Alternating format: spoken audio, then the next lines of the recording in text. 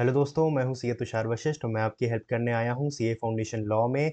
मुझे पता है बहुत कम टाइम रह गया है इस सितंबर एग्जाम में, तो मैं लेके आया हूं ये 5-5 मिनट की वीडियोस ताकि एंड टाइम में आपकी हेल्प हो सके, आप 60 मार्क्स कवर कर सको। तो हम कर रहे हैं पार्टनरशिप में यूनिट 2 रिलेशंस ऑफ पार्टनर्स। ठीक है। जैसे पिछला जो यूनिट था वो इंपॉर्टेंट था डायरेक्ट क्वेश्चंस में ज़्यादातर, और ये इंपॉर्टेंट आता है सीधा सीधा केस स्टडी क्वेश्चंस में। ठीक है। इस चैप्टर से केस स्टडी ज़्यादा आती है।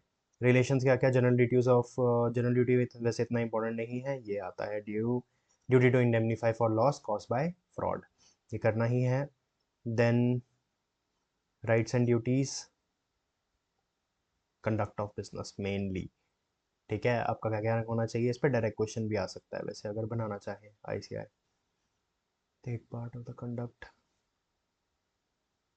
Right to be consulted, right to access books पे केस स्टडी आ जाती है। जैसे मैंने एक क्वेश्चन की स्टडी देखी थी, वो कह रहे थे स्लीपिंग पार्टनर था तो उसने कहा था कि इसको कोई राइट नहीं है क्योंकि ये कंडक्ट ऑफ बिजनेस में जाता ही नहीं है, तो वो कहते नहीं ये राइट होता है, चाहे वो स्लीपिंग है चाहे वो कोई भी पार्टनर है किसी भी तरह का, उसको असेस ऑफ बुक्स अलाउड होता है। ठीक है।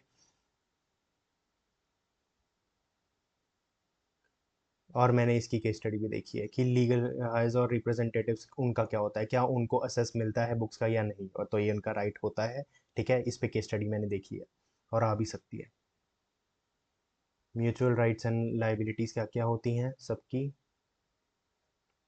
ठीक है, right to remuneration, share profits, interest on capital, वही ये सब आपने प्रैक्टिकली करा हुआ है अकाउंट्स में, उनको क्या क्या मिलता है। ठीक है।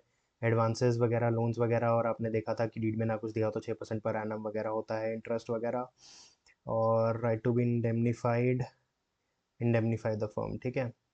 Then property of the firm में क्या क्या है। ठीक है। एप्लीकेशन ऊपर प्रॉपर्टी वाला ज़्यादा है इंपॉर्टेंट। ठीक है। Personal profit earned bye partners, इसके ना सिर्फ एग्जांपल्स कर जाना काफ़ी है।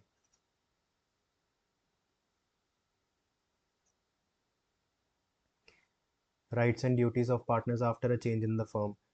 हाँ, चेंज इन द फर्म में क्या क्या होता है, जैसे टॉपिक्स दे रखे हैं तो रीड कर जाना, केस स्टडी आई तो बहुत इजी है, कोई मुश्किल टॉपिक नहीं है। ठीक है। Relation of partners to third parties, देखो थर्ड पार्टी वाला ना बहुत इंपॉर्टेंट बैठ जाता है। ठीक है, आपको ये करना ही करना है अच्छे से। इम्प्लॉयड अथॉरिटी वाला थोड़ा इंपॉर्टेंट बैठ जाता है ज़्यादा। ठीक है। Extension and restrictions of partners employed authority, ये भी कर जाना। ठीक है, इमरजेंसी वाला केस ज़्यादा पूछा जाता है एग्जाम्स में। और effect of admission by a partner, इतना कोई इंपॉर्टेंट नहीं है, रीड कर जाना।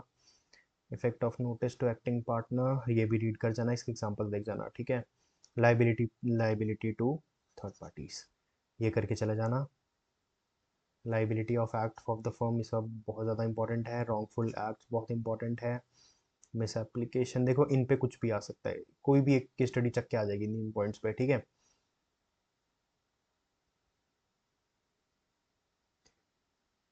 अगर आईसीआई पूछेगा ना तो इन्हीं पॉइंट्स को पूछेगा, यहाँ तक।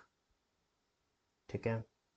माइनर्स, देखो मैंने आपको बताया था इंडियन कॉन्ट्रैक्ट एक्ट के बाद पार्टनरशिप आएगा और उसमें माइनर का टॉपिक बहुत ज़्यादा इंपॉर्टेंट होगा, तो आपको ये टॉपिक छोड़ना ही नहीं है, इसको इम्पोर्टेंट मार्क भी कर लेना और ये करके जाना। आईसीआई माइनर पे एक केस स्टडी ज़रूर पूछता है, या तो उस चैप्टर से या तो इस चैप्टर से।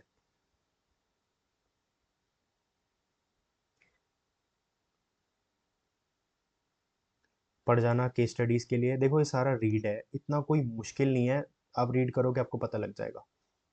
बल्कि इन सब टॉपिक्स पे तो अलग अलग चैप्टर्स हैं आपके अकाउंट्स में, +1 +2 में। ठीक है। इनकमिंग आउटगोइंग पार्टनर, रिटायरमेंट और एडमिशन, याद आया, पूरी एक प्रॉपर बुक होती है।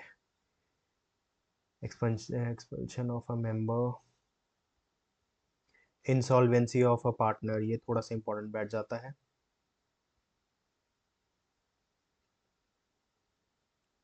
Liability of a state of a deceased partner,